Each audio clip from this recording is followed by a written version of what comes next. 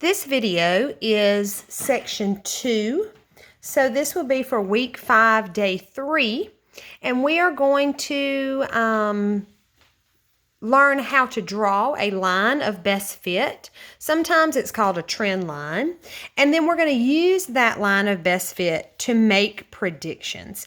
That's the whole point behind Scatterplots and plotting the data on a graph, is so we can use that data to make predictions.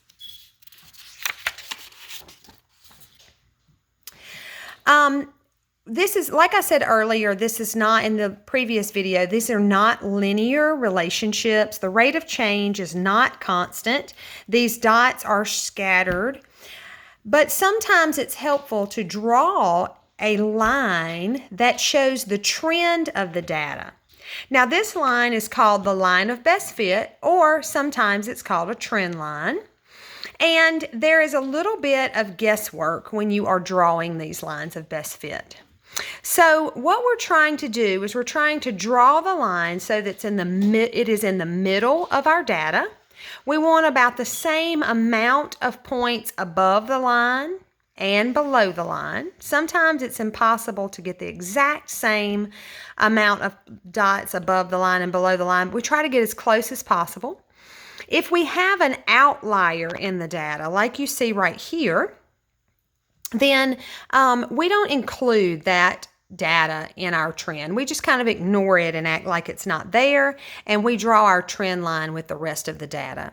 This is a positive association, like we learned in the last video, because as the X increases, the Y increases. That's what makes the data go upward and increase like this. So we are going to draw our line of best fit with a positive slope. You see how this line goes right through the center of the data. There are 2 points that happen to fall on the line. There are 2 points above the line and 3 points below the line. So that's as close as we could get it on this one. Let's look at how to draw this line of best fit. Now, what I like to do is just take my pencil or a spaghetti noodle. That's what I have right here. And I just like to put that spaghetti noodle down on my graph and just try to move it around so that I can get my line to go in the middle of all the data and try to have the same amount of points above the line, and below the line. So if I put my line of best fit here, I have 1, 2, 3 points above the line, and I have 1, 2, 3, 4 points below the line, and it seems to go through several of the points. I may even adjust it just a little bit like this to make it more even. Now, lines of best fit vary a little bit from person to person, depending on where you choose to put them, but they should be pretty close to each other. All right, so now why would we draw this line of best fit? We draw this line of best fit so that we can make predictions. It gives us kind of an anchor. It gives us kind of a summary of all those points. So you see that our first question asks, to use the line of best fit to predict how much ice cream sales there would be if the temperature is 21 degrees Celsius.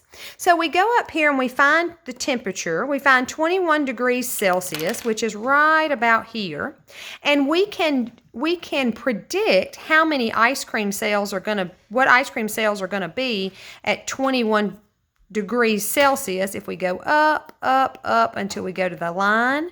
And it looks like we would have right between $400 and $500 worth of sales. So I'm going to just predict $450 worth of sales there. Now, another question it gives us is use the line of best fit to predict what the temperature would be if $250 in sales were made. So if we're looking, we have our sales. Let's find $250 in sales. That would be about right here between 200 and 300.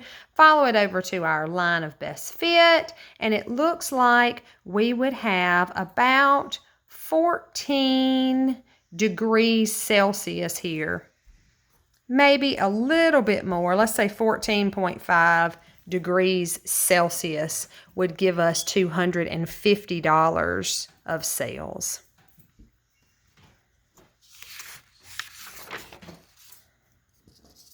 All right, here's another scatter plot on Honda cars, age versus value. We can see from this scatter plot what we learned from our last video, that this has a negative association. The negative association we know is because as the age of the car increases, the value of the car decreases. So that's what makes it a negative association. This association is a little bit weaker than the last association, and that makes it a little bit more difficult to put our line of best fit. But we're going to do our very best here by drawing it. We're going to have it right in the middle. Let's see how that looks. We got 1, 2, 3, 4, 5 points above it, and 1, 2, 3, 4, 5 points below it. So that looks good to me. And then it asks us to use the line of best fit to predict the value of a Honda that is 5 years old. So I'm going to zoom back in. Look at the value of a Honda that is 5 years old and make your prediction. Remember that the value is in thousands of dollars. Okay, so let's see how close you got to the same prediction that I got. Here is 5 years old. I go up to my line of best fit and go back. It looks like about $25,000. If you got something a little bit different, that is okay. Just as long as it's pretty close to $25,000. The weaker the association, the more differentiation in our answers that we'll have. The stronger the association, the more our answers should be the same. The second question asks, use the line of best fit to predict the age of a car that is worth $10,000. So I'm going to give you a minute to look at a $10,000 car, and I want you to predict the age of the car.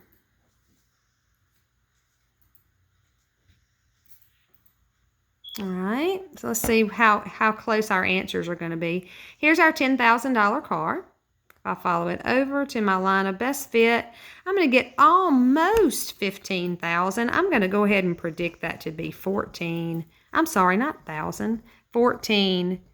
years old.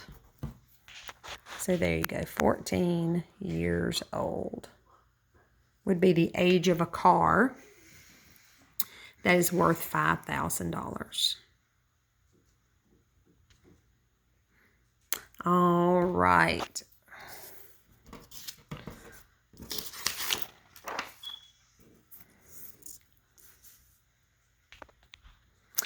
Here is a scatter plot that compares the hours of sleep versus your test score. Now this line of best fit, this is a positive association. I'm going to put my line of best fit with my spaghetti noodle, kind of adjusted a little bit here. Let's see, we have 1, 2, 3, 4, 5, 6, 7, 8, 9 points above it. 1, 2, 3, 4, 5, 6, 7, 8 points below it, so that's pretty close. Use the line of best fit to predict the score of a person that has slept for 8 hours. So I'm going to give you a little bit of time to do that. Sleep for 8 hours, what's your score likely to be? I predict 90, your test score of 90.